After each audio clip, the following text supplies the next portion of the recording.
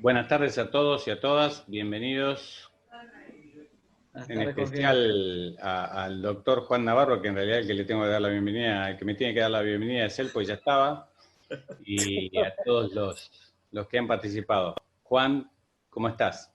Todo bien, Jorge. Gracias por acompañarnos una vez más en esta actividad académica y bueno, tratando de hoy hacer algo distinto. O sea, vamos a un poco a charlar sobre esta figura, pero sobre todo nos interesa también alguna opinión de los matriculados. Es una figura que está en total evolución y bueno, nos gustaría también ver qué opinan los matriculados porque una de las características que tiene el colegio que también tenemos dentro de las estructuras académicas, un instituto de cuestiones parlamentarias, que también está en condiciones de proponer alguna mejora a la legislación ante los carriles correspondientes. Tenemos la doctora Bárbara Pepe, que está con ese instituto. Así que queríamos escuchar, porque es un tema que abarca no solo la parte penal, sino parte de familia, menores, derechos del niño, responsabilidad penal juvenil. Hay varias aristas que es bueno tocarlas y hoy queremos un poco abrir el debate.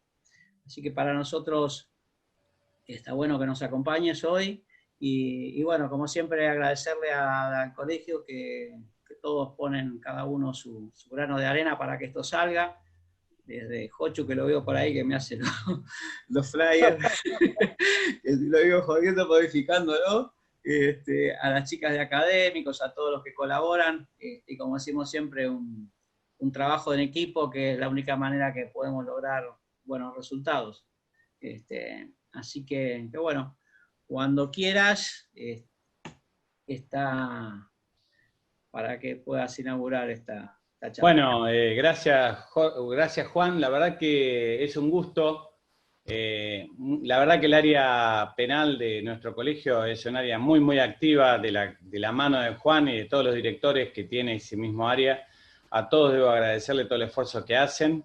Además, la diversidad con que tratamos los temas. Nosotros no solamente vemos una visión, no solamente vemos ni la visión del juzgado, ni la visión del fiscal, ni la visión del defensor solamente, no vemos solamente a las distintas patas, sino también vemos la visión de la víctima, la visión de la familia de la víctima, y eso es lo que nos hace en este ámbito diferentes. Hemos convocado a organizaciones de defensa de la víctima, hemos convocado como has hecho, en realidad lo han hecho ustedes, ¿no?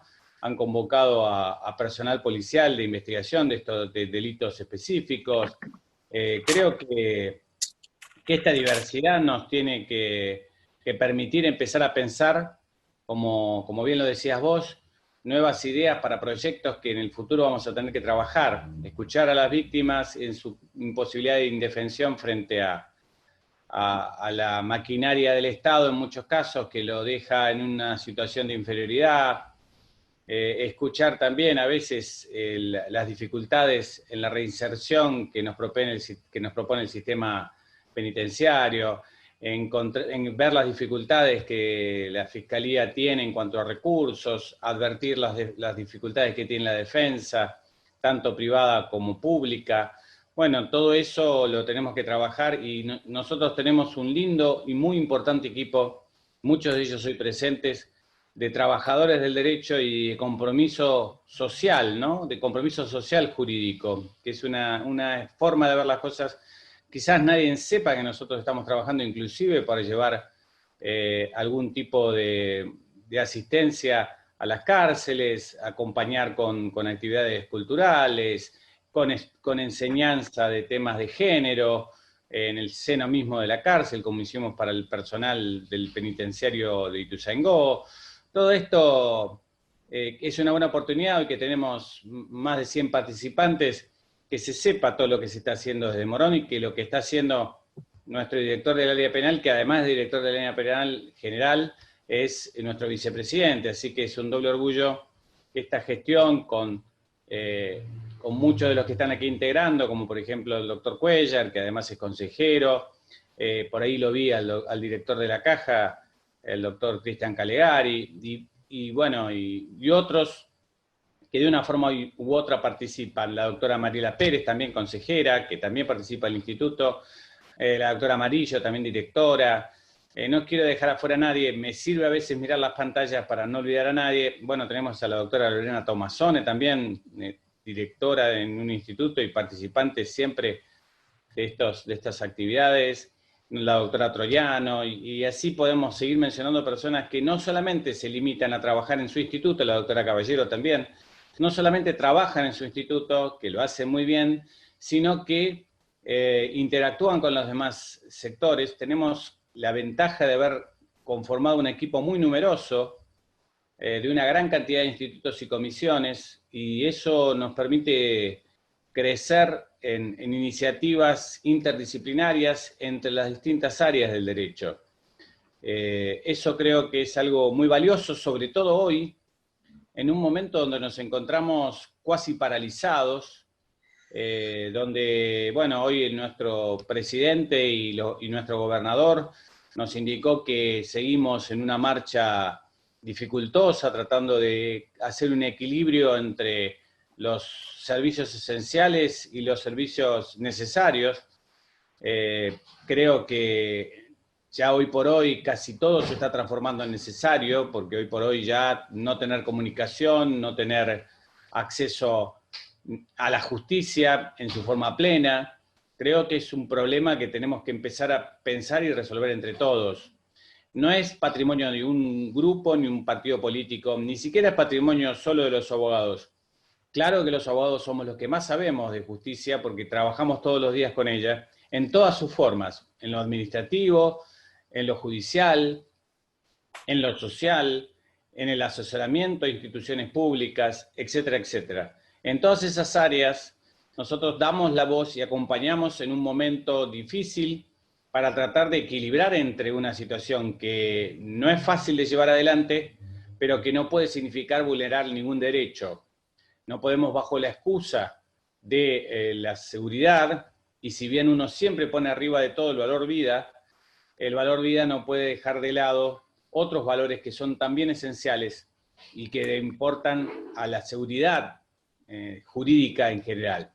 Por eso me parece que seguir trabajando como lo estamos haciendo desde el colegio, requiriéndole a las autoridades como lo hemos hecho y hemos logrado en muchos casos avances para que los medios remotos y seguros de ejercicio profesional se pudieran lograr, y seguiremos haciéndolo porque, por supuesto, no estamos conformes con lo que se ha logrado hasta ahora, en todos los ámbitos, en todas las ramas del derecho, inclusive en la penal, donde también tenemos algunos retrasos que tenemos que llevar adelante. Estuvimos hablando con Juan de elaborar protocolos en la última reunión de consejeros, de elaborar protocolos para proponerle a la justicia penal que muchas de las limitaciones que hoy se están dando se puedan resolver. También ahí veo a la doctora Ana María Canal, al que también saludo, al doctor Blanco. Bueno, intentemos trabajarlo juntos, estos espacios de discusión son esenciales para eso, y me gustaría que de ellos, más allá de enriquecernos con las exposiciones, nos vayamos pensando y reflexionando en un futuro que nos dé un panorama distinto al que estamos viviendo. No creo que haya una pandemia pronto, ojalá que no. Nos va a pasar un tiempo hasta que superemos esta, pero que esta desgracia nos sirva para entender algunas cosas que no pueden seguir funcionando. Generalmente este tipo de tragedias muestran las debilidades de los sistemas. Y bueno, nosotros las conocíamos de antes, quizás ahora las podamos hacer públicas y tratar de resolverlas en el pronto plazo. Por eso, agradecidos, por eso felicitarlos e invitarlos a seguir trabajando, que eso es lo que sabemos hacer: trabajar, confiar y creer. Eso es lo que mejor nos sale como profesionales, pero también como parte de una sociedad compleja, con muchas necesidades, pero con también muchos valores. Bueno, no quiero extenderme más. Muchísimas gracias, Juan. Felicitaciones a todos ustedes y continuamos con lo que estaba previsto para hoy. Muchas gracias. Bueno, gracias Jorge. Y bueno, ya vamos a entrar directamente en el tema, un tema, como les dije, un poco todavía en pañales en lo que se refiere a la figura penal. Da para muchas cosas, desde los actos preparatorios, ver cómo están encuadrados, si hay tentativas, si no hay tentativas, el tema de la consumación, cuál es el bien jurídico protegido, el tema de los menores, hay de los niños también, porque si no se me enojan los abogados del niño, porque nosotros hablamos siempre de menores, y me estoy familiarizando con todo lo que tiene que ver con temas de los niños en las distintas convenciones para usar este lenguaje. También hay algunas normativas internacionales, también queremos ver cómo se trató a nivel regional el tema de la penalización de este tipo de conductas. Así que bueno, directamente vamos a entrar con Fernando Cuéllar, que nos va a ilustrar un poco sobre este tema, y después Sergio Ibarra, que es de la División de Delitos Tecnológicos de Cava, también va a tener una participación, un pequeño video, no más de 1 minuto, 2 minutos, para ver un poco las configuraciones. Después entraremos al debate y a la prueba y a algunos elementos más que sean de utilidad al matriculado. Lo que queremos es que vayan haciendo las preguntas, en la medida que puedan se las dejan en el chat, así Alejandra Amarillo, que anda por ahí, las va a procesar, y le vamos a dar entrada en prioridad a los que vayan preguntando, y les vuelvo a insistir, el tema es que se haga un debate, un ida y vuelta con esta figura. Así que Fernando, adelante. Bueno, ya lo dijo todo Juan, mi nombre es Fernando Cuéllar, estoy leyendo algunos comentarios de chat del grupo. Voy a tomar el de Andrés Viviano Hidalgo, que dice, desde la inconstitucionalidad hasta la necesidad de la figura. Lo que voy a dejar en claro es que yo voy a partir de la premisa de que estoy en contra de la tipificación de la figura tal y como está, porque es violatoria de algunos principios de derecho penal y constitucionales. Les adelanto porque van a escuchar algunas cosas que voy a decir, por ahí a algunos no les gusta, y la idea es esa, precisamente debatir de cómo tiene que ser las figuras. Obviamente creo que todos compartimos que hay determinadas conductas de agresión mediante los sistemas de comunicación contra niños que deben ser tipificadas. La cuestión es cómo, no si estamos a favor o en contra de la penalización de esas conductas. O sea, creo que la conducta tiene que ser penalizada, pero buscar una figura que respete en todas las previsiones de nuestra Constitución Nacional en su artículo 19. Bien, como dije recién, yo voy a emitir un juicio de valor de que estoy en contra porque la figura está mal, y de eso parto del análisis de algunas convenciones internacionales y del derecho comparado, y obviamente de los principios constitucionales que nos rigen. Preparé un PowerPoint para no olvidarme de algunas cosas. Por ahí voy a repetir algunos conceptos que todos sabemos, como edad y consentimiento sexual, que es importante para analizar la figura de la que estamos hablando. Así que bueno, voy a empezar. Voy a compartir la pantalla del Power. Me gustaría que me digas si lo ven. Bueno, yo no los puedo ver a todos porque tengo la pantalla ocupada. Lo que voy a hacer es, vamos a empezar con la definición de grooming. Esta definición es tomada del informe del Ministerio Público Fiscal de la Provincia de Buenos Aires. El Ministerio Público de la Provincia de Buenos Aires emite cada 2 años una estadística referente a la cantidad de denuncias por pornografía y grooming que hay en cada jurisdicción, y pueden consultarlo, está en su página y se hace envío anual. La última que está publicada es hasta el 2018. Define el Ministerio Público Fiscal como toda acción deliberada por parte de una persona de acosar a un niño, niña o adolescente con fines sexuales mediante el uso de comunicaciones electrónicas, telecomunicaciones o cualquier otra tecnología de transmisión de datos. Este delito se constituye cuando el contacto telemático con una persona menor de edad puede atentar por su propia naturaleza contra la integridad sexual de esta última. Voy a pasar otra que me gusta más por el término que usa. Se conoce el grooming como el socavar moral y psicológicamente a una persona mediante cualquier acción que tenga por fin o por motivo minar y degradar con el fin de conseguir su control a nivel emocional. Como podemos ver, esta definición no hace alusión a las TIC, las técnicas de información y comunicación modernas, sino que habla de cualquier acción, dejando abierta la puerta para que el grooming pueda constituirse por cualquier medio independientemente del tecnológico. ¿Por qué digo esto? Porque mucha de la doctrina sostiene que el grooming hoy se da en técnicas de información y comunicación. ¿Por qué? Primero, por la masividad que hay, y segundo, porque ahora los abusadores de niños ya no van a buscar a los niños a las plazas, a las salidas del colegio y a otros lados, sino que los buscan en internet.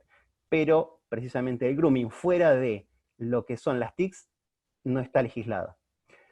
Como le decía, yo parto de la premisa de que la norma tal cual está redactada es inconstitucional, y para eso voy a ir primero a los antecedentes internacionales. En la charla pasada vimos que Argentina había acomodado de alguna forma su legislación al convenio de Budapest de 2001.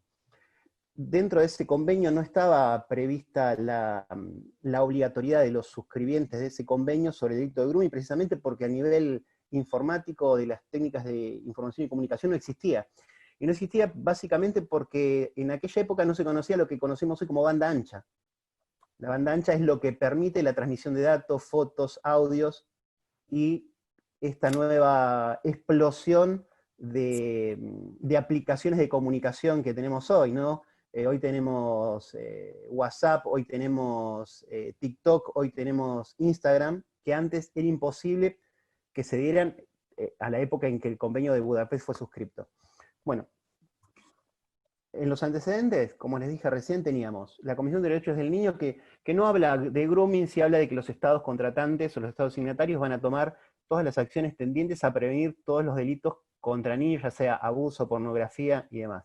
Lo que es importante dentro de los antecedentes es el convenio del Consejo de Europa para la protección de niños contra la explotación sexual.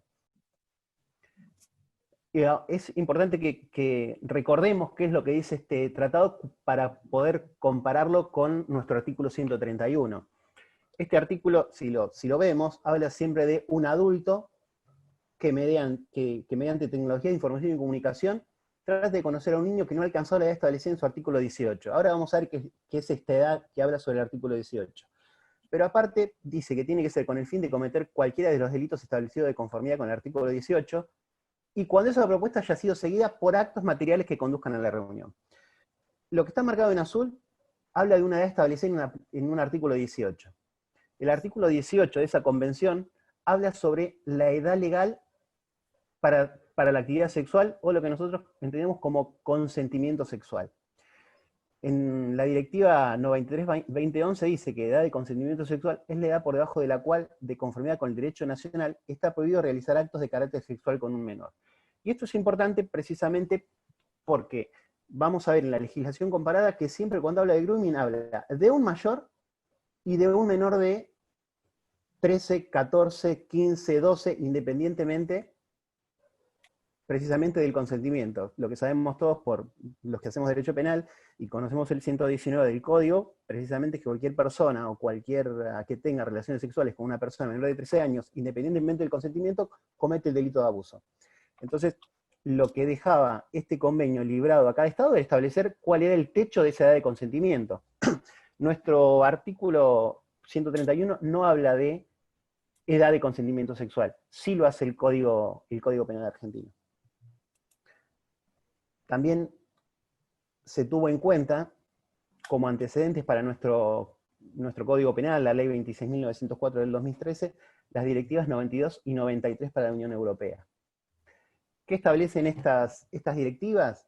La 92 establece la obligatoriedad de los estados signatarios de tipificar el embaucamiento con fines sexuales de menores. Siempre, cuando habla de embaucamiento, hace relación al engaño, pero esta norma está dirigida a los menores que estén por encima de la edad de techo o de consentimiento sexual, porque precisamente se obtiene el fin sexual a través de un engaño, y no con respecto a los menores que no han alcanzado esa edad de consentimiento.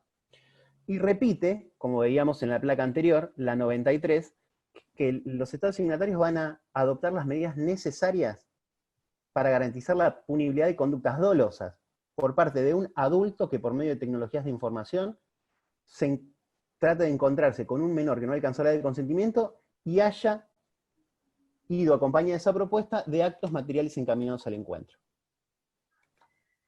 Ahora directamente me voy a saltear la parte que dice legislación comparada y vamos a ir a lo que es la tipificación dentro del Código Penal argentino. Bien. Esta es la tipificación, si ustedes la pueden ver, el artículo 131 del Código Penal. Establece, como dijimos, las técnicas de comunicación e información. Dice que el que por medio de comunicaciones electrónicas o telecomunicaciones o cualquier otra tecnología de transmisión de datos, el legislador lo que deja acá es abierta la puerta por la posible evolución de las técnicas a futuro, se contactare a una persona menor de edad con el propósito de cometer cualquiera de los delitos contra la integridad sexual. Bien. Si comparamos este artículo 131 con las directivas, o por lo menos con los antecedentes que se tuvieron, que era el convenio de Lanzarote y las directivas de la Unión Europea, vemos que no hace distinción entre mayores y menores como sujeto activo, por lo que tenemos que entender que sujeto activo puede ser tanto un menor con responsabilidad penal mayor de 16 y menor de 18. Tampoco hace distinción el articulado respecto de la edad de consentimiento sexual, que está establecida por lo menos dentro de nuestro Código Penal por un juego de artículos, entre ellos el 119 y el 120, de 13 años. Y después, acá creo que es donde empieza la discusión, que establece como un requisito subjetivo del tipo el propósito de cometer un delito contra la integridad sexual, que digamos que ese contacto sea con ese objetivo. ¿Por qué digo que, por qué manifiesto que es inconstitucional? Bueno, todos entendemos que tenemos delitos de peligro abstracto, delitos de peligros concretos y delitos de daño. Dentro de lo que es la génesis del delito, lo podemos dividir en 4 grandes fases. Esto es redundar, pero me parece acertado reafirmarlo. La parte de la ideación, donde uno se imagina o tiene la idea de cometer un delito, pero no lo exterioriza. Después vienen los meros actos preparatorios, los actos ejecutivos y la consumación.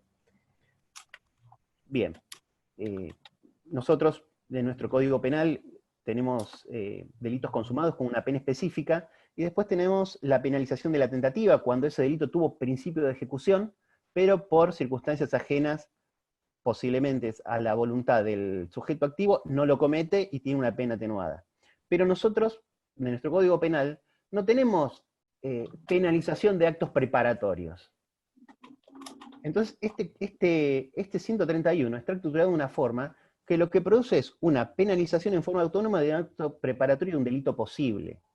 O sea, estamos penando un acto preparatorio para que posteriormente esta persona no quiera cometer un delito. Entonces, ahí es donde este artículo es violatorio de algunos principios del derecho penal argentino. Cuando digo de algunos principios, estoy hablando de, por ejemplo, el principio de ofensividad, el principio de intervención y el principio de proporcionalidad. Voy al principio de proporcionalidad, que es el que hablé en privado en una charla del Instituto de Derecho Procesal Penal con algunos que estábamos hablando luego de la charla que tuvimos el otro día. El principio de proporcionalidad es el que nos dice, de alguna forma, que un injusto penal tiene que tener una pena acorde con el nivel de agresión que produce en el bien jurídico tutelado. Acá la definición dice otra cosa, pero no quiero leerla textualmente, sino quiero que más o menos todos sepamos de lo que estamos hablando. Tiene 2 momentos. Uno es cuando el legislador establece la pena y otro es cuando el juzgador establece la pena según las características y las circunstancias del hecho cometido. ¿Por qué digo esto? Volvemos de vuelta al 131. El 131 establece una pena de 6 meses a 4 años. Algunas, creo que dentro de la sala de esta charla hay algunas asistentes sociales o abogadas del niño que pueden decir que la pena es poca, o pueden decir, y otros dirán que la pena es mucha. Bien, el tema es que el principio de proporcionalidad de la pena se establece no mirando solamente un delito particular, sino mirando todos los intereses jurídicos comprometidos dentro de la vida social. El Código Penal está estructurado de una forma, podríamos decir, en degradé, ¿no? Establece la pena más grave para el bien jurídico tutelado mayor que tenemos, que es la vida, y ahí en base a eso va disminuyendo las penalidades hasta bienes jurídicos tutelados más leves. Bien, por ejemplo, si tenemos en cuenta que esto es un acto preparatorio y un delito posible, no puede ser que este acto preparatorio tenga la misma pena que el delito consumado. Si leemos el final del artículo, dice, con el propósito de cometer cualquier delito contra la integridad sexual. Bien, vamos a la comparación de pena. El artículo 119 establece la misma pena para que abusare sexualmente de una persona cuando ésta fuera menor de 13 años. O sea, yo no estoy, lo que quiero que quede claro, yo no estoy en contra de la penalización de la conducta. Sí estoy en contra de cómo se tipifica, si guarda relación con otras figuras del Código Penal, El 128 también dice, el que facilitar el acceso a espectáculos pornográficos o suministrar material pornográfico a menores de 14, 1 año a 3 años. El 129, de 1 a 4 años, al que sustrajer o retuviera una persona por medio de la fuerza, intimidación o fraude con la intención de menoscabar su integridad sexual. Y si se tratara de menores de 16 años, con su consentimiento. Y por eso es importante lo que les decía de el consentimiento sexual. ¿Qué es el consentimiento sexual? Eso. El consentimiento sexual es dejar librado a la decisión de los menores, por lo menos que hayan cumplido 13 hasta 16, de ver con quiénes se quieren relacionar sexualmente. Esto no lo establezco yo, esto lo establece el Código Penal y establece la legislación. Entonces, cuando ahora ahondemos en quiénes pueden ser sujetos activos y pasivos del delito, se va a producir esta discusión. ¿A quiénes se aplica verdaderamente este artículo? Para eso me voy a retrotraer nuevamente a la legislación comparada. Voy a ir a España, que fue supuestamente uno de los antecedentes que tomó el legislador cuando se sancionó la ley 26.904. Dice, el que a través de internet, de un teléfono o de cualquier otra tecnología de información y comunicación contacte a un menor de 13 años y proponga concertar un encuentro. Cuando habla del artículo 178, 183 y 189, habla de delitos contra la integridad sexual. Siempre que tal propuesta se acompañe de actos materiales encaminados al acercamiento. Bien, y después dice, será castigado con una pena de 3 años de prisión o multa, sin perjuicio de las penas correspondientes a los delitos en su caso cometido, y las penas se imponen en su mitad superior cuando el acercamiento se obtenga mediante coacción, intimidación o engaño. Lo que hace el Código Español establece una tipificación de tipo de conductas acumulativas, o sea, el que se contacte, el que proponga, pero para que esa conducta sea penada, tiene que haber por lo menos realizado el sujeto activo actos materiales a provocar el encuentro donde ese delito contra la integridad sexual va a ser cometido, independientemente del concurso real que se pueda llegar a dar. Entonces, la diferencia que tiene nuestro Código Penal con el Código Español es que el Código Español tiene un delito de peligro concreto, porque ese trabajo, esos, digamos, recaudos materiales que toma el sujeto activo, hace que se produzca un peligro real de lesión, no como el nuestro, que ese peligro real de lesión no se produce. Nosotros estamos en un estadio anterior a ese momento. Nosotros estamos criminalizando la sospecha. O sea, nuestro código o nuestro artículo 131, tal cual está escrito, es un delito que castiga la sospecha. Lo que hablaba el otro día con algunas colegas o con algunos colegas es que uno siempre tiene que estar seguro de lo que deja entrar por una puerta cuando la abre. O sea, si empezamos a criminalizar de esta forma, y digo de esta forma porque yo no estoy en contra de que se criminalice la conducta, sino que sería distinto si el bien jurídico tutelado fuese otro. Si el bien jurídico tutelado fuese, por ejemplo, la tranquilidad psicológica del niño, habría que buscar otro tipo penal que sancione esta conducta. Pero si tenemos en cuenta que este artículo está legislado dentro del título tercero, siempre estamos hablando de delitos contra la integridad sexual del niño. Entonces, sí es un mero acto preparatorio. Ahora, ¿cómo lo legislamos? Es otra cosa. ¿Cómo lo legislamos para que no sea violatorio de un montón de principios de derecho penal? Es otra cosa. Yo no estoy en contra de que se criminalice, sino de cómo se la criminaliza. Algunas legislaciones comparadas resuelven el problema de otra forma. En el caso de Costa Rica, por ejemplo,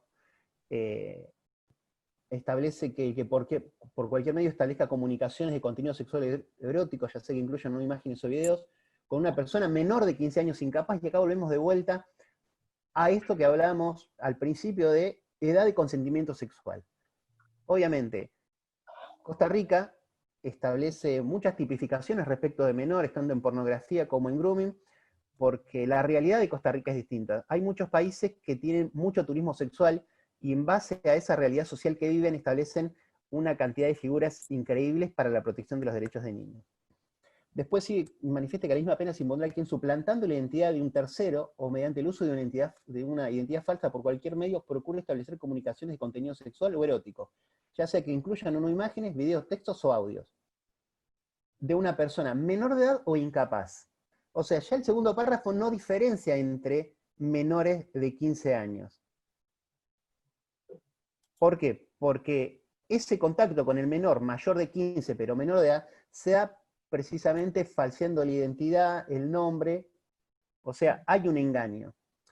Y después agrava la pena cuando el autor procura un encuentro personal en algún lugar físico con una persona menor o incapaz. Otra de las falencias que tiene nuestro código penal, si ustedes se fijan, vuelvo, por suerte es la primera vez que hago esto y me permite ir y venir por el PowerPoint, no dice nada de los incapaces. Que también, digamos, fíjense, Costa Rica tiene dentro de su norma para penal el grouping, en cuenta a los incapaces. Nuestro código no. Otra cosa, otra falencia que puede tener este 131 es que no tiene agravantes, como sí tienen la mayoría de los artículos que penalizan conductas de delitos contra la integridad sexual. El 119 nos habla de ascendiente, nos habla de encargado del cuidado, de la educación, de la convivencia preexistente. Antes de que hablan en la sala hablábamos con Ibarra y con el doctor Navarro del caso de Jonathan Fabro, que acosaba y creo que abusó sexualmente de una sobrina. Entonces, también creo que el delito tendría que estar más severamente penado cuando el groomer, porque así se lo denomina, obtiene información respecto del niño por su cercanía. Un docente, profesor de educación física, profesor de música, cura, primo, tío, eso también tendría que estar contemplado y hoy no está. Lamentablemente, todo esto que estoy diciendo yo, que alguno puede compartir o no, se tuvo en cuenta en el proyecto de diputados cuando se discutió la sanción de este artículo. Y ese proyecto tipificaba esta conducta de la siguiente manera. Establecía una pena de 3 meses a 2 años, la pena era menor a la que establece el código hoy, pero la ayornaba a las escalas penales que tiene ese título, como por ejemplo la de abuso sexual, que establece de 6 meses a 4 años. Esta es menor precisamente porque lo que está penando es digamos, la posibilidad de los actos preparatorios de un delito posterior. Establece que la persona sea mayor de edad. ¿Y por qué es importante que la persona sea mayor de edad? Si ustedes se fijan en el artículo 120, no lo tengo acá, pero lo busco, se los leo, nos habla del estupro. El estupro dice que quien cometa alguna de las actividades o delitos del 119 con una persona menor de 16, aprovechándose de su inmadurez sexual en razón de la mayoría de edad del autor, su relación de preeminencia respecto de la víctima u otra circunstancia equivalente, siempre que no resulte un delito más severamente penado. Entonces fíjense que en el estupro, para que se dé el estupro, la persona tiene que ser mayor de edad. O sea, no existe el estupro de un chico de 17 con una chica de 15, pero sí existe el grooming de una chica de 15, de un chico de 17 a una chica de 15. O sea, no establezco una pena para el posible, entre comillas, estupro, y sí establezco una pena en el grooming. Obvio, todo esto es porque se legisla de aparte, se legisla en el aire, y ustedes tengan en cuenta que antiguamente el Código Penal antes del 99 establecía la edad de consentimiento sexual en 12 y establecía para el estupro un límite de edad de 15 años. Pero hablamos de una mayoría de edad de 21 en el viejo código, porque se reformó la mayoría de edad hace poco, bajándola a 18. Entonces sí había una gran diferencia entre el mayor y el menor. Era de 15 a 21, había 6 años. Hoy esa diferencia quedó acotada. Hoy ese consentimiento sexual y esa mayoría están entre 13 a 16 y la mayoría sexual a 18. Bien. Después. ¿Por qué digo que